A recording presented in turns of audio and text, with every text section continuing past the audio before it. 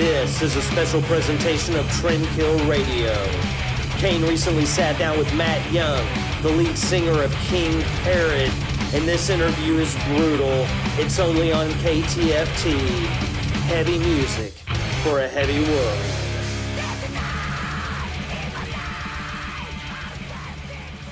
Hey everybody, how's it going? This is Kay with Trendkill Radio. I'm sitting with Matt from King Parrot, and we're at the Blue Note in Harrison, Ohio for the Phil Anselmo and the Illegals show tonight with King Parrot. So you guys are 3/4 of the way done with your tour. How's it been so far? It's been awesome, man. We're having a great time. It's been a really, it's probably been a real, much more suitable tour for us. A bit more on the extreme end of things in terms of the music stuff. Like sometimes on some of the tour packages that we've been on in the last few years, we've kind of been, for lack of a better term, we've stood out like dog's balls, just because of the way that we perform and the way that we, the style that we play. It's more on the grindcore, extreme, in your face end of things. So like when we kind of, playing with a band that's not sort of at that sort of same intensity or whatnot, people kind of I didn't come here to see this shit, and it's like, well, bit of a change bad luck. Whoa. Yeah, so I think it's much more suitable for us to be playing with a band like the Illegals who are killing it at the moment. They're doing really well. Phil's in the best shape of his life, I think, and his voice is sounding incredible, and the band are amazing musicians, man, and it's really incredible watching them bust it out every night, and it's making us lift our game, and they're lifting their game as well. So I think both bands are really putting on the best possible shows that we can. So it's been great, man. Awesome. Okay, so you guys have toured with Phil before, and we talked earlier. I saw you guys in Cincinnati at Bogart's a few years back, which is July of 2015. Okay, and that was right after Dead Set came out. It came out in May of 2015. I kind of covered it just now, but how is it, touring with Phil and with you guys with Superjoint that time? Is there a different dynamic between Superjoint or the Illegals, or is it just kind of, A little bit, yeah, I think. And we've also toured with Down as well, like back in 2014, I think we toured with Down. We did a pretty big tour with Down through the States and Canada as well. And, yeah, I think all the bands have their own little element, Like, right. I think, the Down crowd is a lot more sort of hard rock sort of, So we, definitely stood out on that one. But I think with Superjoint, it was probably more suited to us as well. Okay. But I think the Illegals is definitely much more where we're at. But obviously Phil makes no mistake that he's a fan of the more extreme music and stuff, and that's why I think we're signed on with Housecore Records, and we've been good friends with Phil and Kate now for around maybe 5 years or something like that. Yeah. So they've always been super kind to us, and we kind of just hit it off as friends and stuff first and foremost, I think, and I think they've sort of also sort of saw in us a band that was willing to put in the hard work, that was sort of unwilling to compromise as well in terms of our sound and the way that we present it and all that sort of. There's no bullshit, there's no gimmicks. We are the fucking gimmick, there's nothing more to it than that. Right. So I think they saw that, and that was something that was endearing to them, because I guess a lot of Phil, like most of Phil's bands as well, have been the same. Right. Panting Down never had a gimmick. Down doesn't have a gimmick. It is what it is. It is exactly, and that's what we do, and we just bring that intensity and that performance, and we just be ourselves, and that's the only rule in King Parrot, is just to be yourself and bring your own personality and your own talent to the stage and to the band, and I think that's hopefully what's going to hold us as a band in good stead for the long haul, because that's what we're in it for, the long haul. When we started the band, we identified people, the members, as all people that wanted to do this, that wanted to tour, that wanted to make something of a band, and it just so happened to be that we're playing fucking grindcore. Right. It works. But it's working for us, and we have a really good time with it, and we bring a lot of different things to that grindcore table, and we don't have this I don't know, it's been, a lot of people have been saying it to me on this tour, because probably they've seen us a bunch over the last little however many years, have seen us a few times, and we don't have a typical grindcore sound either. It's more, we have a guitar sound that's probably more akin to like AC/DC or something, but it's the attack and the ferociousness of the music, the way that it comes across, which makes it raw and makes it more in your face. So I like those elements about our band, you know. I really do. It shows that we're going our own path. Right. Yeah. So as far as Ugly Produce, which I just said a minute ago, I brought your attention. Today is the 1-year anniversary of the release of Ugly Produce. Sure is. So, so how did the recording and the writing process go for you guys? If you can recall, you know, doing that album, you know, what you know, do you recall? Was there anything that you guys changed from Dead Set to Ugly Produce as far as in terms of how you're looking at, like, what, you know, it's not a different style of music, but, you know, did you want to do something different with this album that you haven't done before? Yeah, so with Ugly Produce, we definitely wanted to progress it a little bit. When we did Dead Set in 2015, a lot of the writing was done in 2014, and that was when Todd just joined the band as our drummer. Okay, right. So I guess when we were writing Dead Set, the chemistry was still we were still fleshing it out a little bit, and then we went straight in and we kind of recorded it in January of 2015, and then it came out only just like about 4 or 5 months later. So it was all happened pretty quick. We pushed it along pretty quick. We felt like we needed to get an album out at the time because, you know, we'd had issues with drummers and stuff. The drummer that we had on the first album left the band because he couldn't commit to the touring stuff, and then we had another guy and he did some tours with us, and then he didn't like the touring thing either, and we were just like, what the hell? And then we stumbled across Toddy, and Toddy's actually from Brisbane and we're all from Melbourne, so it's in comparison, if you don't know, it's probably the distance between LA and Seattle, I guess. Like, he lives a long way away. So we've just had to try and make it work with Toddy because he was really committed. He's played in a band called the Berserker before, which is probably a band that a lot of extreme metalheads are familiar with, and you know, he was almost ready to pull the pin on his drumming career before we called him, you know, and he was just like, I'm done with this. And then we were like, hey, no, not come yet. and join King Parrot. We're about to go on this Australian tour, and then we're going straight to America for like 3 months. Do you want to come? And he was like, yeah. So within a short space of time, we were back out on the road doing a tour with Origin, and then we did another little tour. We played down at the House Called Horror Fest, and then we came back, and, you know, in that same year, we went from playing like small, tiny little clubs to like 3-4 people sometimes, like no one. And then later, at the end of the year, we were playing with Down at like the Wilton and the Fillmore and all that shit. And we were just like, whoa, what the hell is going on here? You know, it's a good thing to see, though. You know, when you're at the beginning of a tour, at the end of the tour, you're like, okay, this is it's progress. You know, the progress is done well for us. It was like, I think the first tour we did was in March of 2014, and, you know, we did some cool shows. We did a few shows with Cattle Decapitation, and then we headlined our own thing, and that was a real eye opener for us. Playing in front of no one, and you know, morale within the band can get pretty low when you're playing like 4 or 5 shows in a row.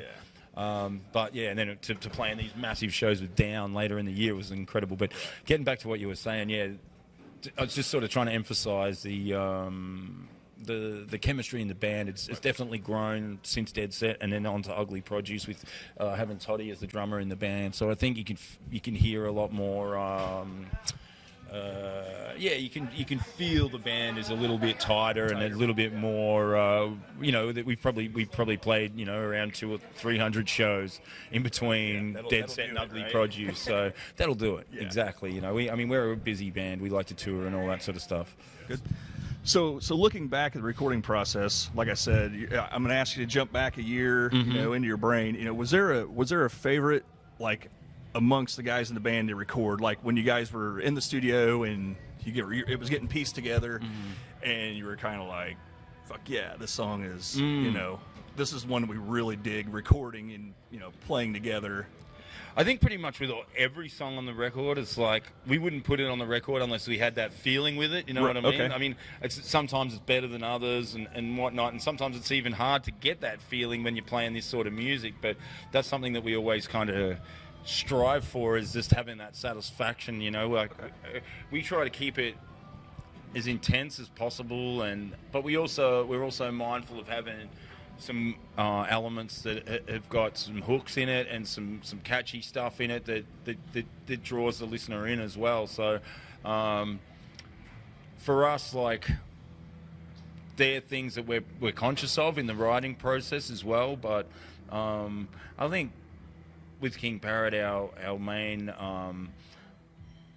the main energy for King Parrot in the writing process is like full-on angst and just that frustration and intenseness of the whole situation. But with that, there's also elements of humor as well that come into it, and that certainly comes in with the lyrics and when we're playing live as well. And the videos. Yeah, and the videos, man. Well, that's a whole nother world entirely. But with the music, like we've got to have that angst and that aggression and that intensity, and that's where the writing of it draws its inspiration, I think, and then the other stuff comes afterwards. It's sort of like put on top, Okay. So yeah. So if you had to pick a song for us to play right now off Ugly Produce, what would it be? Okay, maybe the last song, "Spooking the Animals." Okay. That was one of the songs that really jumped out to me when it came together. It was like, wow, this is a killer song. It's really fun to play and awesome. All right, so we're gonna cut to that one right now. Now that feeling is like me, this is different blasphemy. Welcome to the void. That's about to find a slave tearing down with foolish eyes. Connected to this piano mind, disconnected dead. They must have never what seems to see. There is no new devil way. They run at your back.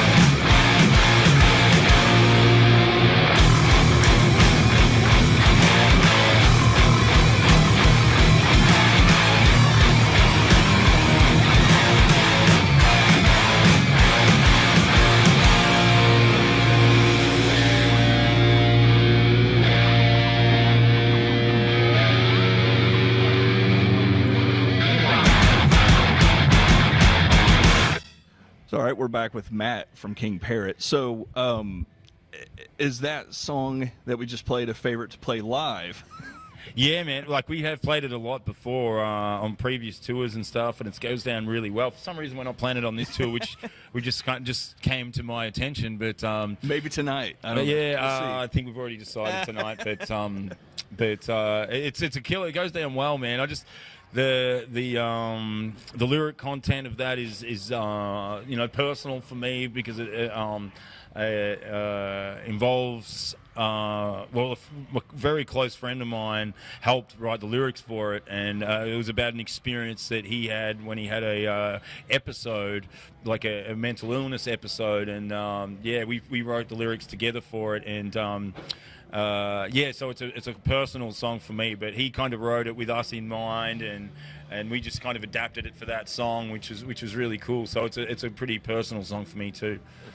Okay, cool. So was there anything that some bands don't do this, some bands do, but was there anything that you guys were listening to at the time of recording, kind of as a group, where you're like, hey, check this out, that kind of almost influenced you guys in some way? Or do you guys even, some bands do, some bands don't draw influence from other bands that they listen to?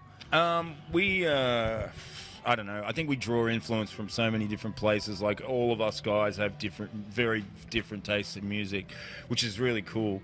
Toddy, our drummer, likes more like hip-hop stuff, and he likes the more extreme end of metal too, but he also likes some new metal stuff, which the rest of us don't like at all. But for me personally, I'm into more old school sort of stuff, and some of my favorite bands are like Poison Idea, Napalm Death, Carcass, all that sort of stuff. Corrosion of Conformity, I love. All that sort of stuff. But I listen to everything from the Beatles, the Kinks, the Who. I love all that old stuff. I love old punk stuff. I love everything, really. I mean, as long as it's good and it's, guitar orientated stuff, but as long as it's not too cheesy. Like some of the stuff that I just mentioned before that our drummer Toddy likes, that's not my thing at all. That's what I was saying, because I'd seen another interview with Ari, and he'd said something about Elton John. Yeah. So I was like, so we're gonna get the Elton John tonight, or are we gonna leave that off the list tonight? No, but we listen to everything, man, and that's the thing with our band. It's like we draw influence from so many different places, and I think that's what makes us unique. Because I think if all we listened to was grindcore all the time, it'd just be another grindcore band, Right. But hopefully, drawing influences from those other places that aren't necessarily metal at all helps us to be able to sort of put out a sound that's unique to us. And we obviously have a massive love for AC/DC, being Australians, right. So that element of our band is very strong. So what about too. Rose Tattoo as well? Oh yeah. Okay, cool. Absolutely, cool. Man. All right, absolutely. Cool. And that's what that's kind of my next question, is your guys's your musical influences. Mm-hmm. So like you just spit out like 20 bands. So that kind of answers that. But I want to go to another song off of Ugly Produce. Is there another one that you want everybody to hear? What about 10 pounds of shit in a 5-pound bag? Just because I wanted to say it. Right? Yeah, so here we go. 10 pounds of shit in a 5-pound bag. Check it out.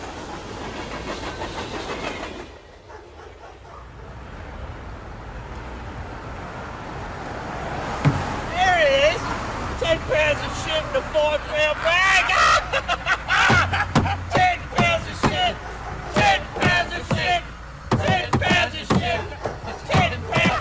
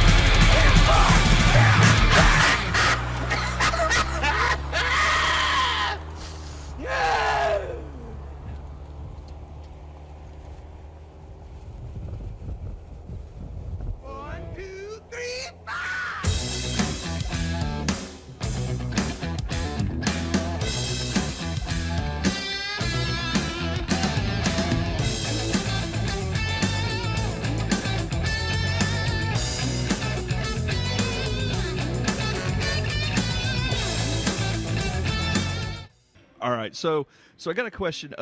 For someone who hasn't heard King Parrot before, how would you give everyone a description of your band? If you want to do like a 3 words, or if you want to 1 word, or however you want to do it. A hot mess. So we're gonna go with the 3-word approach then, I guess, right? Right. So take that how you want, I guess. So I've got another. Okay. So this question was something that I was curious about. Comparing the United States to Australia, how do the metal scenes compare, or do they? Yeah, I think it's pretty similar, man. It's not too different. I mean, what I notice sometimes is that in the big cities, that people are a little bit spoiled. They get a lot of bands coming through, touring all the time, and that's the same. Like in Australia, like touring's a huge thing in Australia. At you while you're on stage. Yeah, a little bit, but that doesn't last too long. Right. They usually get a bottle of water on their head if they do that at our shows. But I think, you sort of see that, in the big cities, there's bands coming through all the time, there's tours coming on all the time, but whereas you come to places like here, perhaps, or somewhere like where we played last night in Fort Wayne in Indiana, like there's not touring stuff coming through all the time. So, like, people are a little bit more hungry, they're a little bit more grateful that you're coming through their town, and they're very supportive as well. The great thing about extreme metal, I find, all over the world, is that the people that like it are so passionate about it, and that, it's not a huge percentage of the population by any, it's probably like 3 or 4 or 5% of the population in general, not even maybe. Yeah. But the people that do love it are really supportive and really get behind it. So they're buying the merch and they're buying the records and stuff like that, which is really cool. So, I think maybe with other styles, other genres of music, people are like streaming it off Spotify or doing all that sort of thing. And not to say that people don't do that with metal as well, but I think metal fans are more, look, like to touch it and hold it. Involved, we're all involved in it. We want to support and we want to make sure that it has a life and it has some longevity in it. It's not just a sort of music that you can sort of, wipe your ass and it's gone 2 minutes later, which is like I think with a lot of pop music, it's disposable, hip hop stuff and all that. Like some of it's really good. Don't get me wrong, but some of it's just garbage as well, and it's just throwaway stuff. And someone gets their 5 minutes of fame and they get their whole bunch of cash and then they're gone. And it's like, I think with metal and hard rock bands and stuff like that, there's a lot more blood, sweat, and tears in it, and that's what's always appealed to this sort of music to me. So, what are you guys' plans after this tour? Like I said, I think you guys have 6 shows left. After tonight, so the countdown, you're getting down to one hand almost. So do you guys like writing, recording? Are you going to be hopping on another tour, or because I think you guys are playing a festival at the end of October in Australia, right? Yeah, we've got some stuff going on in Australia. When we get back home, we've got like 3 shows. We're doing a show in Byron Bay, a festival in Brisbane, and then we're playing a club show in Sydney.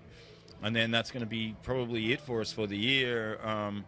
After this tour finishes next weekend, we're going to spend some time down in New Orleans, and we're going to hopefully finish writing the new record. Oh, nice. We've got probably half of it written, I think, and we'll have a week or so just to sort of knuckle down in the studio and get creative and try and finish off the new album. We've got a whole bunch of stuff, so. We're going to sit on that and do that and jam it out, see what we can come up with. Hopefully we'll have the main stuff that we'll need for a new record. And then by the time we get home, man, it's almost going to be summer. So we're just going to jam, work those songs. Because it's spring there now, right? Yeah. Yeah, and then I think in March next year, we've got a tour announcement coming up with someone that we might be on tour with at the moment. Oh, down in Australia and New Zealand. So, nice. that's going to probably happen. I don't know. The announcement's coming up soon, it's going to be awesome, man. It's going to be huge. so we got the fun questions now. Okay. So, as far as tour and beverages, adult beverages. Okay, you're talking to someone that's sober here. Okay. Okay, well, shit. So, as far as but I watch enough of it. I see enough of it. So, guys in the bands, the guys in the bands that do indulge, what are their go-to drinks? Oh, the guys in King Parrot just drink beer. Beer? Mostly, and sometimes I find a bottle of Jameson. I got you to say beer too. Yeah. Beer, mate. And it's not Foster's, man. It's not Foster's either. It's not Foster's. But sometimes I'll find a bottle of Jameson floating around in the. They try and sneak a bottle of Jameson on the rider. And if I get into the band room before the other guys, I just grab it and hide it, put it in my bag, and then wait until after the show. There you go, boys. You've had your show. Now you can start drinking whiskey. It's not a good thing having a bottle of Jamesons in the band room before we go on stage. I've learned that over the years. So, if anything. And another one I've got is so I've never been to Australia. Okay. Food. Coming from Australia to the United States. Is there anything when you get here that they don't have there and you're like, oh, I can't wait to get there and get this? Or are you like, it's all shit here? Oh, it is, right? It is. Okay, so the thing is, when we're here, is like, a lot of the time we're on the road and we're at the gas stations, and then we're like, it's like, here's your fucking food choices for the day. Here's Wendy's, McDonald's, Roller Grill, Burger King, you know. But you get taken care of when you're at Phil's, though, right? Yeah. No, hey, some of the food is amazing. I've seen the crab boils and the shrimp boils and all that. Crawfish boils and stuff. Yeah. Look, on this tour, it's definitely been the best that we've ever had, but I think sometimes promoters think, just at the end of the night, hey, let's get a whole bunch of pizzas because you haven't had pizza every fucking day for the last month. And you end up eating, it's 4 a.m. after you've loaded all your shit out and stuff and your face full of pizza, just like a fucking pig. But all in all, man, I definitely prefer the food in Australia. Sorry about that. Okay. No, I totally understand. No, it's something like when we were in the States and we've gone up into Canada, sometimes I'm just like, oh, thank God we're going to Canada, man. Because in Canada, it's actually very similar to Australia. Oh, really? The way the food is and all that. It's just a little bit more natural and a little bit less... Okay, yeah. So in Australia, what is your favorite food back home? Oh, probably not Australian food. Okay. We have my favorite food's Indian food. Okay. I love Indian food. So we have a lot of Indian restaurants and stuff like that. So that's my favorite stuff. I love Japanese as well. Right. Yeah, man, I'm vegetarian pretty much. Sometimes I eat some seafood when I'm over here because it's just sort of easier. Right. Because, but when I'm at home, when I'm cooking and stuff, I usually just eat vegan pretty much. I just, I like animals and stuff, so I try to keep the harm minimization to them That's awesome. as little as possible, It's definitely a respectable thing. Yeah, but obviously I'm a realist as well, and sometimes that's not possible. But when I'm at home and I've got a choice and I'm cooking and all that sort of stuff, that's the way I choose to eat. But cool. Yeah, it's just a personal choice, and I don't judge anyone or tell anyone else what to do. That's just my thing. So I'm gonna do one more song. I'm gonna make you pick. It don't have to be off the new album. Okay. It can be off any one of them you want. So give me one more song. Well, let's just maybe let's do Shit on the Liver, because that's probably the song that has really helped project us out into a wider audience with the video and all that. So let's do the song, and then hopefully people will go and watch the video on YouTube afterwards. So I appreciate your time. It's like I said, we're at the Blue Note here in Harrison, Ohio, with Phil Anselmo and the Illegals and King Parrot. So I appreciate your time, Matt. And, thanks, man. We appreciate your support. Hope you guys knock it out tonight, man. We will, man. Don't worry. Every night we do it. All right. Awesome. Cheers, bro. Take care, man. Thank you. All right, thanks, guys. I appreciate it.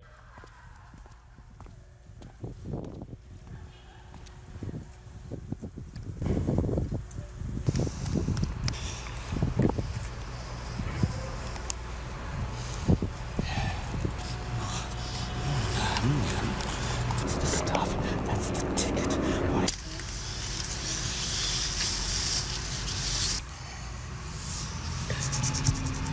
Well, I don't know about you boys, but geez, I've had a good day, and I'm ready for a Bonox. You've been so well behaved today. Well, I'll never forget you were on the ponies, riding the ponies, and you had a hot dog with cheese, and Matthew was chowing down on his donuts. Young Rizzo was chasing the piglets, and you caught one, didn't you, mate? I was so proud. Why don't we start the car up, Matthew? You right to drive, sweetie? We'll head on home. You guys can run up to the bedroom and put your jammies on, and I'll whip up a batch of fresh Bonox, and I'll grab a book. Then we'll hop into bed and we'll have a nice early night in. We'll end up in nice skies. It's going to be lovely. Hang on a minute. Who's that? Matthew, is he giving us a ticket? Matthew, get out and talk to him. Please don't ruin a good day, Matthew. Talk to him.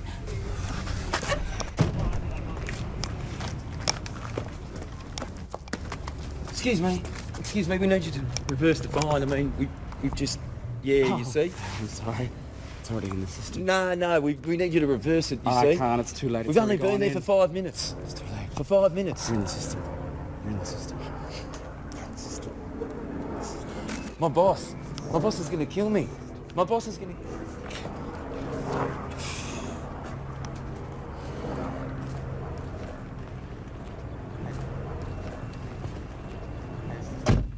There's nothing I can do, Wayne. What did he say? He can't reverse it. It's already in the system. I'm fucking ropeable, but we must find a solution. Go back out there and speak closely to the man. Talk tight. I want you to talk tight with him. Make him see your point of view. And fucking get that reversed. Go now, Matthew. Make it happen, son. Don't ruin a good day. Don't hurt Slats' feelings. I'd like to do it on my own. Talk to the man. Make a difference, Matthew. Youngie, make a difference, son.